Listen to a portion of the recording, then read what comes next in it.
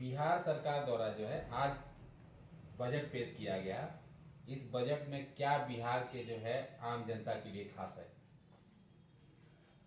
ये तो बिहार का जो बजट है, ये बजट पूर्ण रूप से ये चुनावी बजट है। ये जुमला है। बिहार आम जनमानस के लिए उस बजट से कोई लेना देना नहीं है। सरकार गुमराह कर रही है बिहार की जनता को, और ये चुनाव आने वाला है। इस चुनाव को लेकर यह जुमला हो रहा है। यह पूर्ण रूप से खोखला है। यह बजट किसी आम जनमानस के किसी काम का नहीं है बिहार के लिए। शिक्षा, स्वास्थ्य और सड़क के लिए विशेष पैकेज का दावा किया जा रहा है। विशेष ये सब चुनावी जो है चुनावी जुमला है।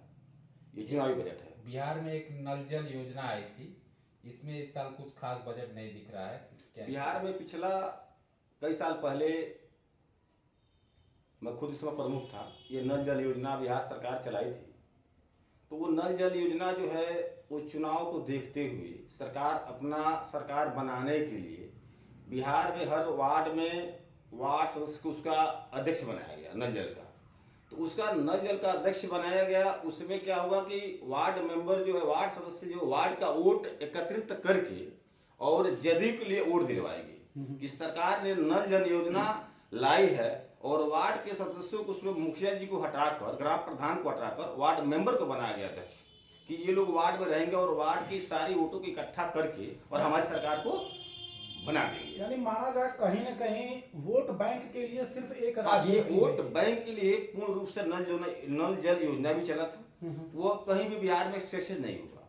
और आप सर्वे करा के देखिए, बिहार में कहीं भी वो किसी के दरवाजे पर वो जल योजना है उसके पानी नहीं आ रहा है किसी दरवाजे पर। कहीं अगर हजारों में कहीं किसी के दरवाजे पर एक बार गया हो, लेकिन वो पूर्ण रूप से ध्वस्त हो गया, वो बंद हो गया, किसी काम का नहीं रहा नल जल योजना। किसानों के लिए क्या कुछ खास है इस बजट में? इस किसानों के लिए कोई खास नहीं है। कहाँ कहीं गन्ना की बात हुई है किसानों के लिए? केंद्र सरकार किसान जो भी अपना बोते हैं, क्या उनकी लागत से मूल्य मिल पाता है? नहीं मिल पाता है। सरकार इस पर चिंता नहीं करती है, आवश्यक नहीं समझती है। सरकार किसानों के आपको दुश्मन है, किसानों के हित में कोई काम ही नहीं करती है। अभी गन्ना जो लागत किसान बोते हैं, क्या उसकी लागत से उसका मूल्य मिल पाता है? सरकार दे पाती है? नहीं पाती। पूरे भारत में देखिए उठाकर कहीं भी। इस बार के बजट में केंद्र सरकार का जो बजट है क्या रहा है? केंद्र सरकार से तो हमेशा हमारा बिहार सरकार हमेशा मांग करता है, और हम तो विपक्ष में हैं। हम तो आरजेडी राष्ट्रीय जनता दल, हमारे सुप्रीमो लालू जी हैं, तेजस्वी यादव जी हैं। तो हम लोग उनके पार्टी, हम उनको कार्यकर्ता हैं, जो सिपाही है, जो काम करते हैं बिहार में। हमारा वाल्मीकि नगर विधानसभा पूरे बिहार पहला विधानसभा है। मेरा घर धना थाना हुआ, ठीक थाने के सामने है। हमेशा केंद्र सरकार से विशेष राज्य का दर्जा मांगा गया बिहार के लिए, विशेष पैकेज मांगा गया, लेकिन कभी केंद्र सरकार से ना ही बिहार को विशेष पैकेज मिला और ना ही विशेष दर्जा मिला। बिहार के व्यापारियों के लिए कई सारी सुविधाएं दी जा रही है, इसका क्या दावा है? तो व्यापारियों के लिए कौन सुविधा दी जा रही है? तो बताइए, बिहार के अंदर कोई कारखाना बैठा अभी तक? किसी बेरोजगार को रोजगार देने की बात हुई?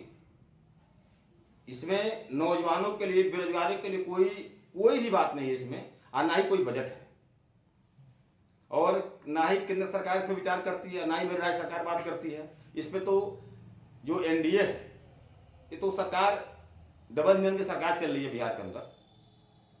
और बाहर से आज तक, क्या इतने दिनों के अंदर, क्या बाहर से हमारे यहाँ जैसे उत्तर प्रदेश है, भारत के और भी प्रदेश से हर जगह कारखाने बैठ रहे हैं, तो क्या बिहार के अंदर नहीं बैठ सकता था? एक रेलवे का रेल कारखाना जो बैठा था वहां छपरा के पास, वो लालू जी का देन, जो लालू जी रेल मंत्री थे उस समय लगा था। उसके बाद आज तो कोई कारखाना बैठा बिहार के अंदर?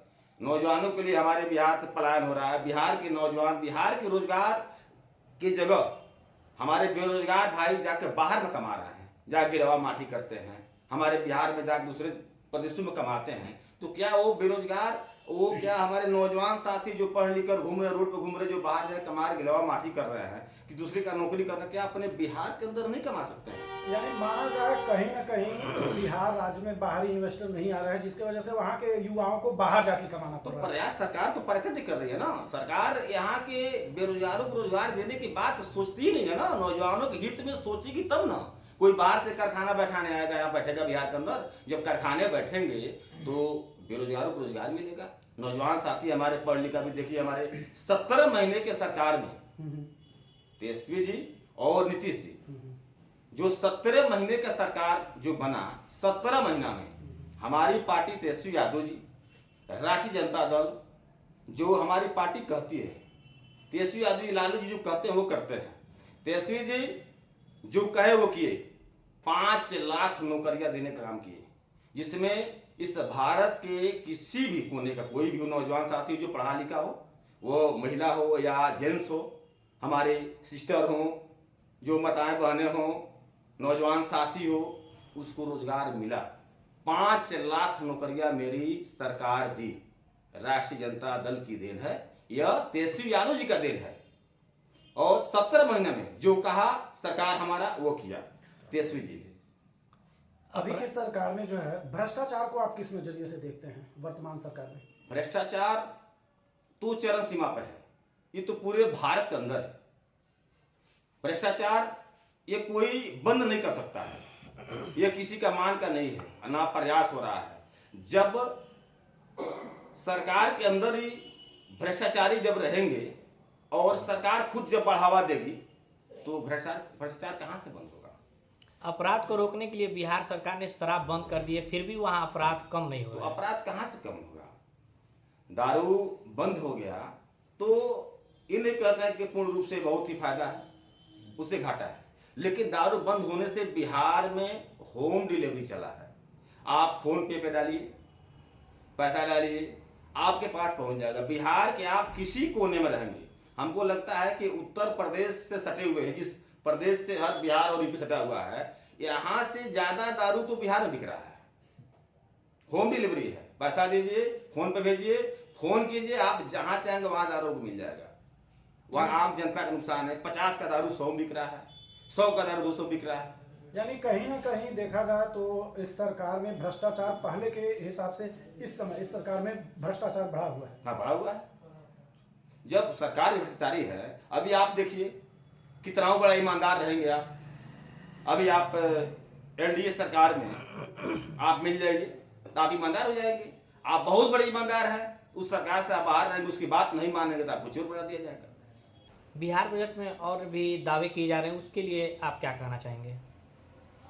अभी बिहार में तो दावे तो बहुत किए जा रहे हैं। अभी तो देखिए नीतीश जी कहते थे कि परिवारवाद नहीं चलेगा।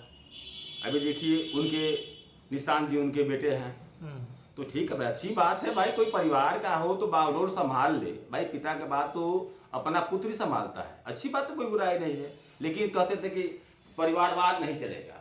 लालू जी को, तेजस्वी जी को तमाम कि उनके परिवार में ही सब चीज़ है, तो क्या अपना नहीं देख रहे हैं कि अपने परिवार में क्या कर रहे हैं? अगर थे तो बागडोर तो उसमें उनके पार्टी में विजय चौधरी जी हैं, ललन सिंह जी हैं, बहुत लोग बड़ी पदकारी पड़े हुए हैं, मदन साहनी जी हैं, उन लोग बागडोर दे देना चाहिए उनको। अभी देखिए हमारी सरकार तेजस्वी यादव जी एक बिहार में माई बहन योजना लेकर आई।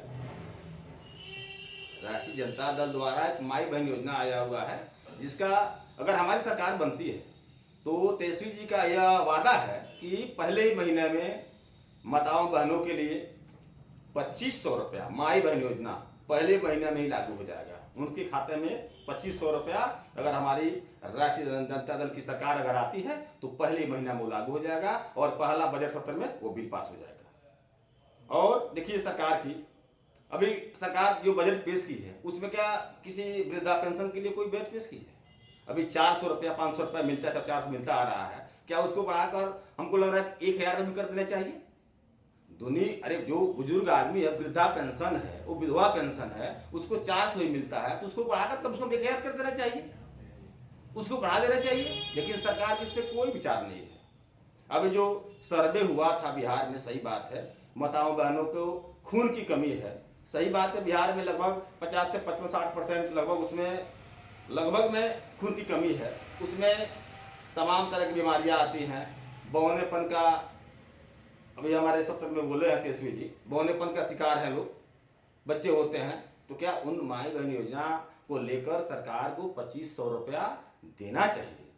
कि जिससे अपनी खून की कमी है उसको सही से इलाज करा सके, बौनेपन का जो आ रहा है उसका सुधार हो सके। लेकिन सरकार का इस पर कहीं आम जनता के लिए, गरीबों के लिए कोई विचार नहीं है। और ये पूरा बजट पूर्ण रूप से चुनावी बजट है।